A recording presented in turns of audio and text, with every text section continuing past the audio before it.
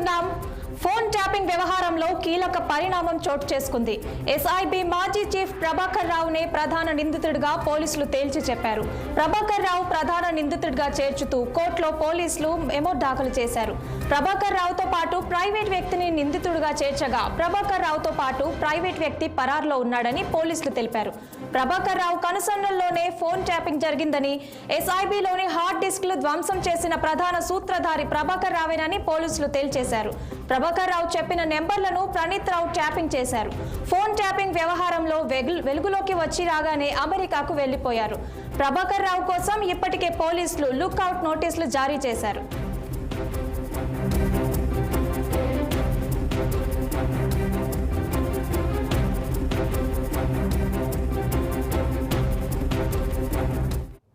దీనిపై మరింత సమాచారం మా క్రైమ్ రిపోర్టర్ నిర్మల అందిస్తారు.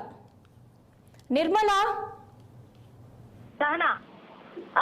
ఇప్పుడు ఈ ఫోన్ ట్యాపింగ్ వ్యవహారం అనేది కూడా గత ఒక 2 నెలలుగా కూడా ఇప్పుడు దేశవ్యాప్తంగా కావచ్చు, తెలంగాణలో మాత్రం మరి ఇది ఒక కీలక పరిణామంగా కూడా చోటు చేసుకున్న విషయం అందరికీ తెలిసిందే. ఇది పలు మలుపులు కూడా తిరిగిన ఈ కేసును కూడా చాలా పొలిటికల్ వ్యక్తులకు సంబంధించి కావచ్చు, రాజకీయంగా కానీ, వ్యాపారవేత్తలకు కానీ, అలాగే పోలీస్ డిపార్ట్మెంట్ లో ముఖ్యంగా ఇది ఒక హాట్ టాపిక్ గా మారిందని కూడా చెప్పుకోవచ్చు. ఈ ఎస్ఐబి మాజీ చీఫ్ ప్రభాకర్ ఎవరైతే ఉన్నారో తను అమెరికాకి వెళ్ళిపోవడం కూడా జరిగింది. అమెరికాకి వెళ్ళడం కూడా ఈ ఫోన్ ట్యాపింగ్ వ్యవహారంలో ఫస్ట్ ప్రణీత్ రావు ఎప్పుడైతే అరెస్టుకు గురయ్యారో, అరెస్టు చేసిన వెంటనే ఈ విషయాన్ని తెలుసుకున్న ఈ ప్రభాకర్ రావు అమెరికాకి 6 నెలల గడువుతో తను వెళ్లిపోవడం కూడా జరిగింది. అది పోలీసులు కూడా తేల్చడం జరిగింది. ఆ తర్వాత ఇప్పుడు కొత్తగా ప్రణీత్ రావు విచారణలో వెల్లడైంది ఏంటంటే హార్డ్ డిస్క్ కావచ్చు, ఇప్పుడు ల్యాప్టాప్ లో, పెన్ డ్రైవ్ లో అన్ని కూడా ప్రభాకర్ రావు ఆదేశాల మేరకే నేను మొత్తం ధ్వంసం చేయడం జరిగింది అని ప్రణీత్ రావు ఒప్పుకోవడం జరిగింది.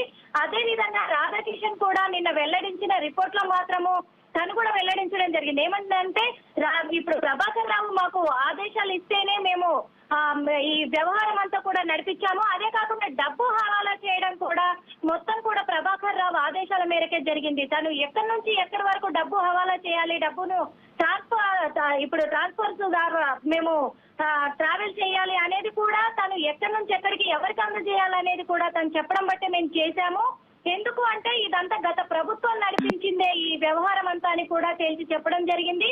అదే విధంగా ప్రభాకర్ రావుకు ఆల్రెడీ ప్రభాకర్ రావును లుకౌట్ నోటీసులు కూడా జారీ చేయడం జరిగింది. అదే కాదు, నిన్న నాంపల్లి కోర్టులో పోలీసులు, బంజారాహిల్స్ పోలీసులు, పంజాగుట్ట పోలీసులు మాత్రము ప్రభాకర్ రావును అరెస్ట్ చేయడానికి పర్మిషన్ కోర్టు కూడా పిటిషన్ దాఖలు చేయడం కూడా జరిగింది. కానీ మరి ఇప్పుడు ఇంకా 4 నెలల గడువు ఉంది ప్రభాకర్ రావు అమెరికా నుంచి రావడానికి. కానీ వీళ్ళు మరి నాంపల్లి కోర్టు మరి ప్రభాకర్ రావును అరెస్ట్ చేయడానికి ఆదేశాలు జారీ చేస్తుందా, లేకపోతే మరి 4 నెలల తర్వాతే చెయ్యాలి అని ఏదైనా ఆదేశాలు ఇస్తుందా అనేది కూడా మనం వేచి చూడాల్సింది. అంతేకాకుండా ఇప్పుడు ప్రణీత్ రావు, రాధాకిషన్, భుజంగరావు, తిరుపతి అన్న 4 కూడా రిమాండ్ లోనే ఉన్నారు.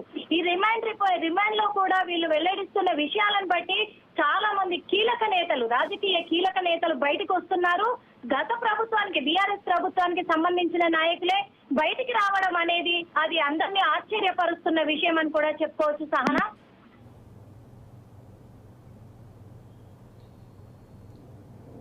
Thank you Nirmala.